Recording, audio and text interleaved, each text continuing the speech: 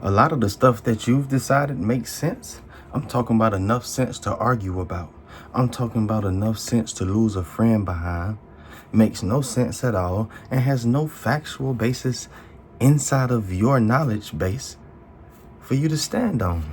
It's just what you believe, based on what you heard, based on what you think, based on how you feel. And it's insane. Complete foolish of you and anybody that is true of. And just being real, standing behind the camera, being the one to say it, is true of all of us at some time or another. To live based off of how you feel, what you think, and what you believe. Those are the three elements that we lean on as the pillars of the foundation of our very behavior, our mannerisms, our norms. What you gonna do today? What I feel like doing today? What I think I should be doing? What I think is gonna take me to my hoped outcomes? What I believe is the right thing to do? And you mix them all up together and you get this equation that makes a ton of sense to us. But if you put it in front of a student, you put it in front of somebody who's calculating it based on truth and facts, it makes no sense at all. We haven't been students. We've been superstitious. We haven't been leaders. We haven't been creators, even though that's ultimately what we are. You can't change your identity. You can only omit or overlook it as you operate in these delusional states that you've grown addicted to. You preoccupy yourself. We all do. So that it's no longer prevalent and no longer the conversation on the inside of you that you don't know the very things that you pretend to. To be real, everything would change if we all just learn one concept, one truth, one universal principle, one universal law that operates like an iron rod, immovable, unshakable, never is going to go away. And that one concept is the only suffering you will ever do is at your own hands, at your own misconceptions, your own paradigms, your own broken thoughts. You've been following your thoughts, which are all descendants of your ignorance, all of your life, getting terrible results for the majority of the time. And yet you still wake up and do it the same the next day, under the impression that in that same place, that same pit, that same graveyard, there might be a thought worthy of your time. It's not this world. It's not this government. It's not your relatives. It's not your friends. It's not life. It's you. It's your misconceptions. It's what you expect. It's the dogmas that you've adopted as the very descriptions of life that you proclaim and project and announce loudly. And you know how petty we can be. You know how petty we are. If there's something that we believe to be true, even if it's a lie, and it's apparent that it is a lie, we will overlook all of the evidence that what it is that we've been professing and proclaiming is a lie. And if we don't, we're going to silently adopt or make an excuse or make an adjustment to what it was that we were proclaiming. And under the technicality rule, we were never wrong. That's when we divert to the stupid sayings like, you ain't wrong, but you ain't right either. Well, what am I? Somewhere in the middle doesn't exist. The middle is the ground that you pretend is there so you don't have to pick a side, but not picking a side is picking a side. And that's why you bounce back and forth. And that's the definition of inconsistency. The internet, social media is a great place to see the broken paradigms that people have built their lives on. It's a great place to just observe the toxic intake that people feed themselves. I mean, listen, if you're diagnosed with obesity or you're diagnosed with diabetes or high cholesterol or anything that is a reflection of what you put in your mouth, and what you put in your mouth is under your own management, then you can't blame nobody but yourself. Your actions, not what you had access to. Don't even go there. No, you went and got what was familiar. You went and got what was convenient. But you did not know the cost of convenience. Even though you had the gas station in front of you as a physical example of the metaphysical price of convenience. Milk in there is 2-3 times higher than it is in the grocery store. Toilet paper, anything that you need, if you want it conveniently, you're gonna pay inflation for it. Because you're no longer just paying for what you need, you're paying for convenience. And convenience is expensive. In the spiritual conversation, convenience is detrimental. Convenience is destructive. Convenience will redirect you away from your purpose because of hardships and obstacles that you have placed in your own way, that all you have to do is stop giving attention to overcome. You ever wondered how you were more than an overcomer? Because when you overcame, it was also you that set the trap. And that's not the only way you're more than an overcomer. You're more than an overcomer because when you set the trap that you overcame, you only overcame it by you relinquishing your partnership with the detrimental, destructive illusion and partnering with the truth. It was you that put in operation the very saving act of yourself, because it was you that set yourself in the pit. Nobody ever put you in there. No God, no devil, no human being has the ability, the capability outside of you. The devil that you say put you in the pit, that's your broken paradigms, the ones that you partner with and have strongholds to and refuse to let go of. I listen to people all the time talk about what they want, and they're all this conversation, this, I want to have, I wish I had. Do you understand how unproductive it is to sit around as a creator with the ability to call and attract anything to yourself that you desire, even though it's not wise for you to live by your desires? Understand, if you ask, you shall receive. Which is why you need to move from asking for your desires to asking for what is desired for you of the Creator who knows you in ways that you don't. You think you know what's going to fulfill you. You think you know what would feel good for you. But remember, all of those thoughts and ideas that you have about yourself flow from how you feel, what you think, and what you believe.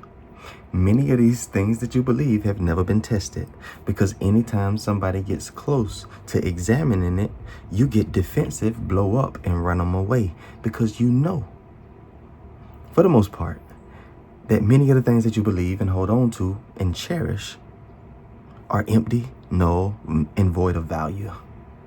You know that what you wear as a pendant ain't got no business under a microscope with somebody looking for 14K on the back of it. You know, because you went to the store and got it. You know you was at the hair store. You know that it cost you $7. You know that it's gold plated.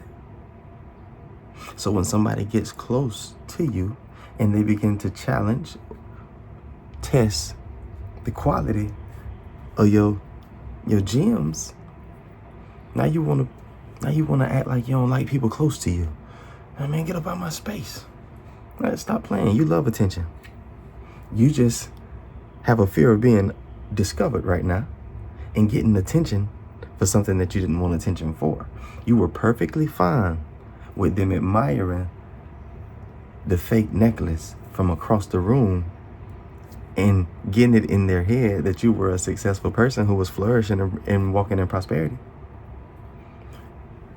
But don't mess around and walk past a jeweler, not a critical-minded jeweler, but one who has an appreciation for stones and gems.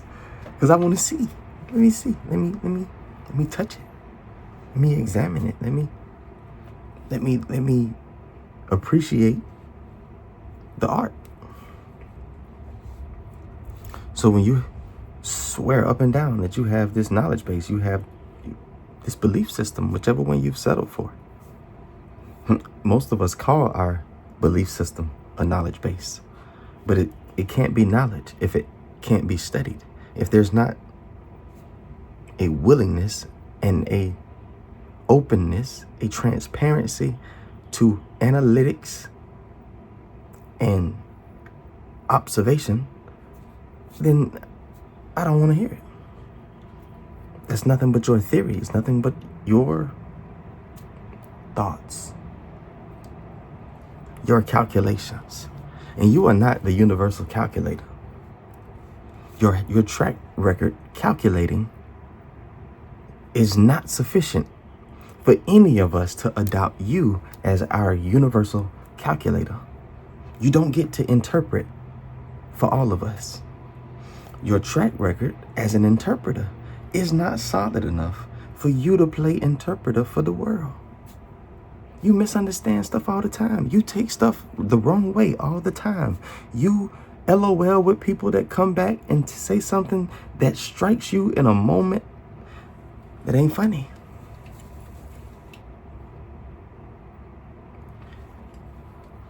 People have to talk to you all the time. A common conversation in your world. I ain't mean that like that. And at some point, you should ask yourself why you're so defensive. At some point, you should ask yourself if your defensiveness is rooted in insecurity. You should ask yourself if the ignorance to your identity has led you to be insecure in what people say about you because you haven't decided what's true and what's false. So when they say something good, you cling to them. And when they say something you don't like, something that spooks you, something that puts you under the impression that people are seeing you in a way that you don't want to be seen, you run, you leave, you hide, you lie. Or you mean to tell me that you wake up and you get on YouTube and you're invested in a trial that's going on in another state and you're seeking justice, you're in the comment section carrying on daily, seeking justice for a family that you're not familiar with, you're a part of, collectively speaking, but you've never sat and dined with, you've never clapped your hands at the church house with, you never passed them in traffic. You wouldn't recognize them if you saw them tomorrow in Walmart. But you get online and in the name of justice, you speak boldly about what you hope happens to an assailant, someone who has been not convicted, because we don't wait that long, accused. You don't care nothing about a fair trial, as if such a thing could possibly exist amongst humans, led by humans. See, if humans were honest with themselves, the first job they would have gave AI is being the judge. Because What human? Find me one that has no biases. Find me one that has the ability to remain formless and unopinionated without becoming alienated, unopinionated. My Polk County tongue struggle with them compound words sometimes. But you find me one. Find me a judge who has no opinion on the difference between races and the social standards amongst other cultures. Find me someone who has been able to remove themselves from every situation involving everyone in their past and walk in with absolutely no judgment. I'm not saying it's not possible. I'm saying it's only one way to do that, and that's to accept the atonement in its fullness, and that takes a lifetime. What I'm saying is the best that we can hope for is someone who is in the process of accepting the instant change of a lifetime atonement. Because you do understand that even in the pursuit of truth, even in the acceptance, the embrace of truth, you are still encountering lies and illusions and knocking them down as you go. And it takes time, not in reality, but for you. Because you think that what you saw or what you thought you saw or told yourself that was in front of you was true. And it took some time for you to let that go. And then you had an awakening moment. You know, if you only woke up one time, you'd be dead. But we act like walking in an awakened state, in an aware, conscious state, is something that we do as a one-time act. I'm woke now, cuz. No, you're a jerk. You've puffed yourself up with information. We're not even going to say knowledge. Because if it was knowledge, it would be based in love. And if it was based in love, you wouldn't have been able to puff yourself up. And if it was based in love, it would have edified you. And you edified would have become edifying to all. So what you did was you went and found an opinion that aligned with your hypothesis. Because that's what we do before we become students. See, when we operated in superstition, we just listened to what others said was true and lived inside of the field of fear that we were provided. They told you don't walk under that ladder. That's going to be 7 years of bad luck. The people that told you that, you didn't ask them how they knew, who from their past had experienced 7 years of bad luck. None of that. Basing your inner knowledge on the toxic things that you have linked on in the past, it's causing your flesh to rot. It's causing you to decay, break down, organs failing. And you want to talk about the stuff that they putting in food. You want to talk about, listen, those microbacteria. If you didn't tear your body down with stress, worry, and just painting odd pictures that you obsessed in front of and drained your attention with, to the point that you were left powerless, all-powerful being left powerless because they've exhausted themselves in an illusionary realm where there is no power and there are no results. There is no outcome because it doesn't exist. A all-truthful being so caught up in a lie that they've forfeited the entire presentation of truth and adopted the ways of the illusionary realm that they have created for themselves so that they can remain under the impression that they are in control. You've created an illusion. You've partnered with illusions so that you can tell yourself a lie that is actually true, just not in a way that works for you. You are the sole creator in your experience. You are the only one that the person coughing and sneezing next to you did not get you sick. You being afraid of the person coughing and sneezing, you going back home and jumping out of your clothes and jumping in the shower and telling everybody that night how nasty it was to sit beside that person that was doing all that extra mess. All of that attention that you put on them coughs and sneezes that you expected to lead you to getting sick, that you talked about to get attention from other people because you didn't know the penalty of compromise and convenience. Every time somebody's tried to hold you accountable, you've ran. That's why I'm glad that I grew up the way I grew up, with the people I grew up with. And I'm glad that Irene was my disciplinarian, because that cultivated an appetite for accountability.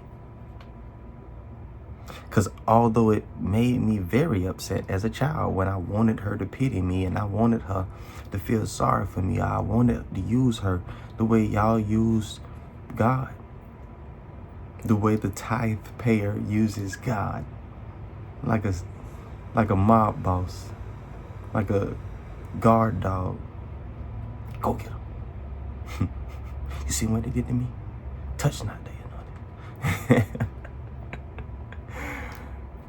But I would try to lean on her in those moments, and she would always kick it back on me, and she would show me in those moments and show me where I could have been better, showed me where I could have took a different path, showed me where I needed control over somebody that had the full right to choose for themselves. And I didn't understand that in my immaturity, but in my maturity, as I grew in wisdom and understanding, I now have a desire for such. That's the only way I want to communicate. Let's not beat around the bush. Let's not dodge the truth. Let's not overlook or look under the elephant in the room. And if that's the way you operate, you probably will not like your time around me. You probably won't make a habit out of spending time around me, because I told so many lies in my past that it's actually a rush to tell the truth now. See, I was lying before because I needed for you to believe something about me that I didn't know was true. I needed for you to believe my narrative that I was good and I was sufficient and I was whole and I was complete and I could be trusted. But I wasn't really willing to put in the work behind being any of those things. I just wanted you to believe that. Just like you've been telling yourself that you feel a bunch of different ways, and most of them are negative connotations that you apply to yourself as you whine and complain through something that you signed yourself up for voluntarily. And you're making yourself tired. You told yourself you loved a particular game, and then as you trained, you told yourself and told your trainer that you were too tired to continue. You filled out the application. You went and lied in them people's face and made it seem like there was no spot or wrinkle on your character. You used somebody else's pee and went down there to get the job. You said the job was going to change your life. You said that everything will be better if you just got the call. And then you got the call. And then you found out that it was nothing like the imagination that you expected or that you had projected. And then you start complaining and whining all over again and dragging yourself through the latest of your dysfunction. What you think, what you believe, and what you feel is to be ignored, is to be challenged, is to be questioned, not to be followed. It's not to become the next command for you, not to be your director. It's not meant for you to direct other people. Until you do better, you really don't know better. You're just talking. Lock in. Safety. Love.